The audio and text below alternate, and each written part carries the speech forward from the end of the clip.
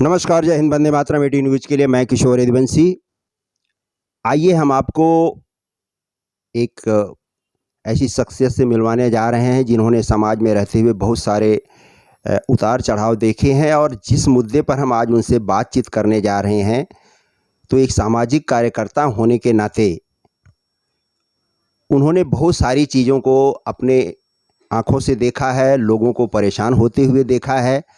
और वो मुद्दा है जो पिछले कुछ महीनों पहले हमने एक वीडियो डाला था, और वो था शौचालय में लोग गिरते हैं, उन्हें गंभीर चोट आती है और यहाँ तक कि उनकी मौत भी हो जाती है। तो जब ये वीडियो मैडम ने देखा, तो इन्होंने मुझसे ये कहा कि इस मुद्दे पर जो आपने काम किया है, इस पे हमारे घर में ये घटना घटी है, और आगे की जानकारी वो खुद देंगी कि किस तरह से एक परिवार किसी हादसे के बाद जो है टूट जाता है और परेशान होता है, आर्थिक तौर पे, सामाजिक तौर पे, शारीरिक तौर पे। तो आइए हम आपकी मुलाकात कराते हैं स्मिता मैडम से। मैडम, 18 न्यूज़ में आपका हार्दिक स्वागत है। एक बात बताइए कि हमने 2-3 महीना पहले एक शौचालय के मुद्दे पर हमने एक वीडियो बनाया था, और वो वीडियो आपने देखा, और इसके बाद जो है आपने हमसे कहा कि हमारे पास कुछ कहने के लिए है। तो क्या कहना चाहती हैं आप इस मुद्दे को लेकर? नमस्कार। मैं Asmita Ayare, Republican Party of India Athawale ये गट में एक सामाजिक कार्यकर्ता हूँ। वैसे समाज से सब काम का जुड़ी हुई हूँ, समाज के जो काम रहते हैं वो भी मैं करती रहती हूँ। और आपने जो मुद्दा उठाया है शौचालय का, बहुत अच्छा है, क्योंकि मेरे घर में भी ऐसा एक बहुत बड़ा हादसा हुआ है। वो मैं छोटी थी तो आज तक वो हादसा भूल नहीं पाई। मेरा ऐसा है कि किसी के साथ ऐसा हादसा नहीं होना चाहिए। और आपने जो ये आवाज़ उठाया वो मैंने न्यूज़ पे, 18 न्यूज़ पे आपका देखा, इसके लिए मैंने खुद आपसे बात करना चाहूँ। और मेरा एक चाचा था जो गोंडी में रहते थे।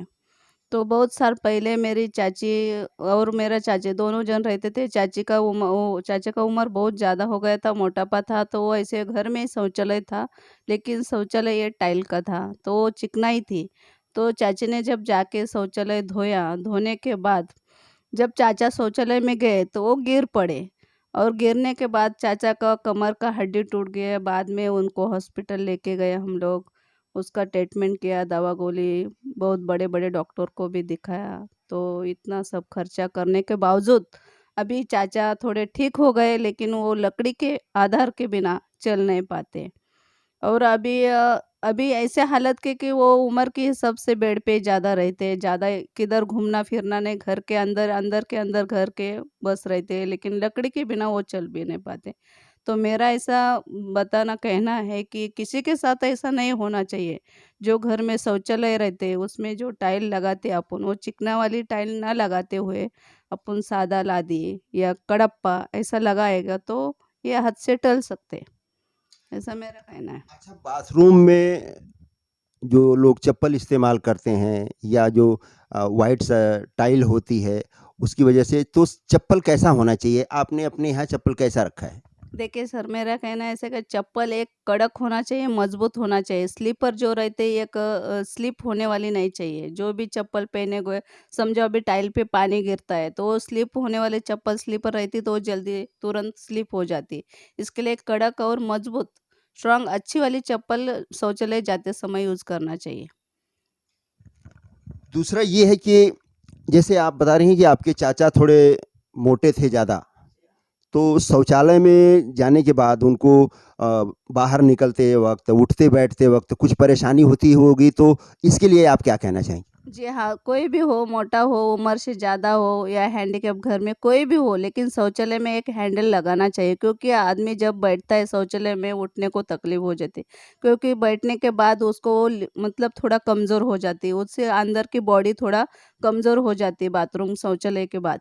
तो इसके वजह से वो थोड़ा संभाल नहीं पाते, खुद को संभाल नहीं पाते और उठ नहीं पाते। ऐसे टाइम पे हैंडल रखना शौचालय में लगाना बहुत ज़रूरी है, क्योंकि उसका सपोर्ट लेके, आधार लेके वो अच्छी तरह से उठ पाते हैं, और उसको जो गिरने का डर भी कम रहता है उससे। आपके चाचा के इलाज में लगभग उस समय कितना पैसा खर्चा हुआ होगा और किस तरह से उसका जुगाड़ कैसे किया है आप लोगों ने या चाची ने? कौन कमाने वाला था? दवा में लगभग कितना गया होगा? नहीं देखो, उस टाइम पे 2012 या 13 की बात थी। उस टाइम पे समझे 1.5-2 लाख रुपए उस टाइम पे जेजे हॉस्पिटल प्राइवेट पहला किया, बाद में जेजे हॉस्पिटल में भी हम लोगों ने इलाज किया। और दवा गोली बहुत 1 साल 1.5 साल हम उनके पीछे जेजे हॉस्पिटल में चक्कर लगाते रहे, कभी प्राइवेट कभी आयुर्वेदिक, ऐसा अलग-अलग तरीके हम लोग इलाज करते। कौन से तरीका करूँ या जल्दी चाचा ठीक हो जाएँगे। लेकिन चाचा का उम्र भी थोड़ी ज़्यादा थे और मोटापा था, तो वो पूरी तरह से ठीक हो ही नहीं पाए। इतना खर्चा करने के बावजूद भी वो पूरी तरह से ठीक नहीं हो पाए। आज आप देखिए, उस समय आप लोगों ने 2 ढाई लाख रुपया मान लीजिए खर्चा किया। अगर आज की तारीख में ये हादसा अगर किसी के साथ हो जाए तो लगभग कितना पैसा जाएगा एक आदमी का? लगभग समझो 10-12 तो लाख जाएगा ही जाएगा इतना खर्चा।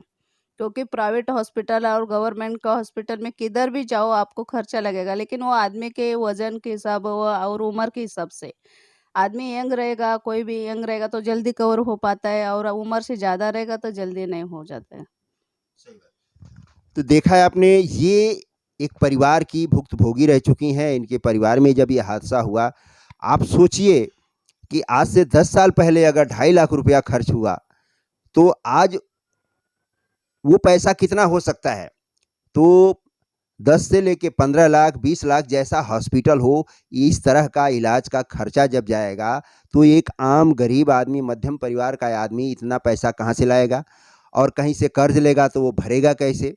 तो ये सारी बातें हैं कि छोटी-छोटी बातें हैं जिन पर अगर आप ध्यान देते हैं, तो इन सारी चीज़ों से, अपनी धन हानि से, अपनी जन हानि से, अपनी स्वास्थ्य की हानि से, हर तरह की हानि से आप बच सकते हैं और आपका परिवार बच सकता है।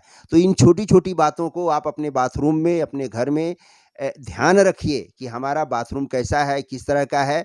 दिखावे पे मत जाइए कि लाखों रुपया खर्च करके जो बाथरूम आप बनाते हैं, वो सिर्फ़ देखने भर के लिए होता है, उसको आप देखते हैं, बाकी और कोई नहीं देखता है।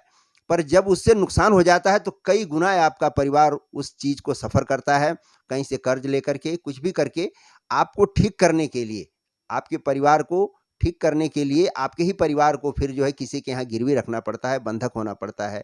घर-बार, दगीने कुछ भी कर के आपको मरने तो कोई नहीं देगा।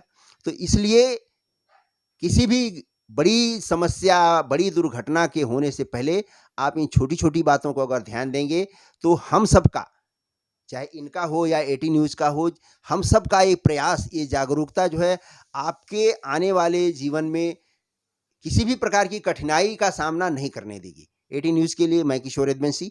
नमस्कार, जय हिंद, वंदे मातरम, धन्यवाद।